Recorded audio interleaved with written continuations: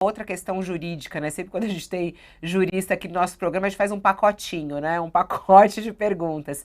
Tem uma questão aí hoje também do meio jurídico, isso envolve Alexandre de Moraes, sempre assunto delicado, né? E que traz aí esse fla-flu que acontece no nosso país. Há uma decisão e um pedido do Alexandre de Moraes para a abertura de um inquérito e uma investigação a respeito daquele vazamento de mensagens trocadas por funcionários, né, e assessores de Alexandre de Moraes.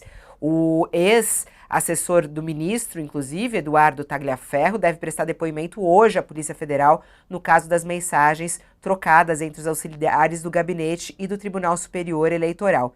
Mas a grande questão é essa, né? Moraes ontem determinou a abertura de um inquérito. É um inquérito sigiloso para investigar o caso. Aí a pergunta é muito clara e objetiva, doutor Renato.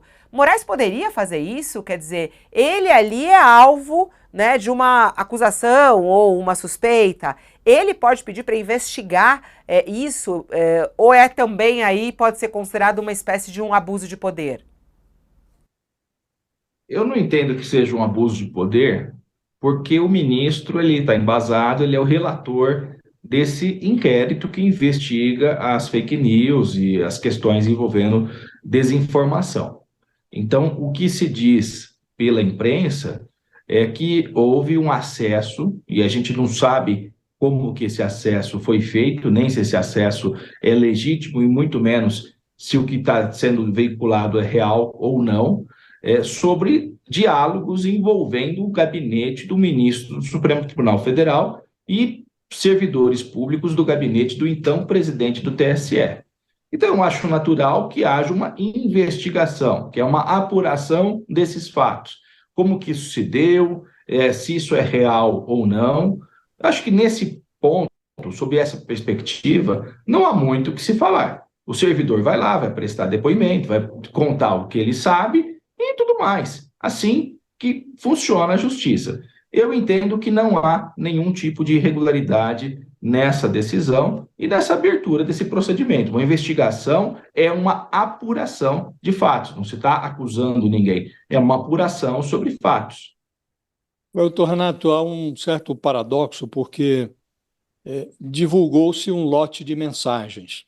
Essas mensagens mostram que auxiliares do Alexandre de Moraes, no gabinete dele, no Supremo e no setor que combatia a desinformação no TSE, trocaram mensagens e no Supremo, do Supremo partiram requisições para a produção de relatórios que serviram para embasar decisões do ministro Alexandre de Moraes no inquérito sobre as fake news. E aí uma conversa meio esquisita, muito risinho, muita informalidade, e o Supremo, em peso, saiu em defesa do Alexandre de Moraes. O próprio Alexandre de Moraes disse, olha, não faria nenhum nexo que eu fizesse autorrequisição para mim, que eu me auto-oficiasse. Então está tudo normal. Então estão normais as mensagens, segundo esse raciocínio, não revelam nada de anormal. Na semana passada, o Procurador-Geral da República, Paulo Gonet, arquivou um pedido do Partido Novo para investigar o Alexandre de Moraes. Diz que não tem nada de anormal nas mensagens, portanto, não há o que investigar. Nesta semana, o corregedor do Conselho Nacional de Justiça, Luiz Felipe Salomão, também arquivou o pedido do Partido Novo para fazer um processo disciplinar contra os juízes auxiliares do Alexandre de Moraes no Supremo e no TSE. Não tem nada de anormal. Para que investigar? Então, se não há nada de anormal nas mensagens, por que o Alexandre de Moraes abre uma investigação para investigar o seu investigador predileto, aquele personagem a quem ele recorria para pedir relatórios que embasariam as decisões dele no Supremo? Se não tem nada de anormal, para que investigar as mensagens? Não lhe parece meio paradoxal? O que acontece aí, Josias, a minha perspectiva é o seguinte: de fato, eu concordo aí com o Ministério Público Federal e com o CNJ, que aquilo ali era uma conversa num grupo de trabalho. Tinha risinho, só que é diferente da chamada Vaza Jato, que tinha a participação do juiz e do Ministério Público combinando coisas. É bem diferente a situação.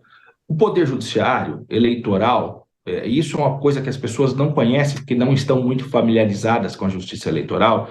O juiz tem, de fato, esse poder de agir ativamente, é chamado de trabalhar de ofício, agir de ofício. Isso acontece no Brasil todo. Eu digo assim, no interior de São Paulo, por exemplo, não se pode deixar o cavalete lá no meio da rua. Tem juiz que passa, vê um cavalete no meio da rua, isso é real. O sujeito estaciona o carro dele, coloca o cavalete no porta-malas e leva para casa. Ou então leva direto para o fórum, está apreendido esse material porque é irregular. Isso é o juiz agindo de ofício. Em vez de ele oficiar a polícia para ir lá fazer a retirada, ele pessoalmente, caso ele queira, fazer, porque tem que se dar andamento célere às eleições. Isso aconteceu, imagina, tudo acontecendo ao mesmo tempo nas eleições brasileiras, e a Justiça Eleitoral, especialmente a presidência do TSE, era responsável pela condução das eleições. E ali tinha conversinha do sujeito reclamando do chefe. Eu acho que qualquer grupo de trabalho de qualquer lugar do Brasil, o sujeito fala, hoje o chefe está meio atacado, né? Umas conversas assim, só que isso foi explorado com interpretações muito diferentes por diversos veículos de comunicação, vendo o que não existia ali. Agora, como é que isso foi vazado? Como é que um grupo de trabalho com conversas entre servidores do STF e da Justiça Eleitoral, inclusive grupo de juízes, isso foi vazado? Sobre qual perspectiva? Isso foi vendido eventualmente? Eu acho que tem que se colocar a investigação nesse ponto.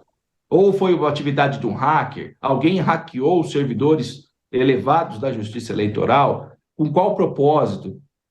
Então, eu acho que essa investigação, ela também tem que esclarecer essas situações. Não é perseguir o jornalismo, efetivamente, porque o jornal dá notícia.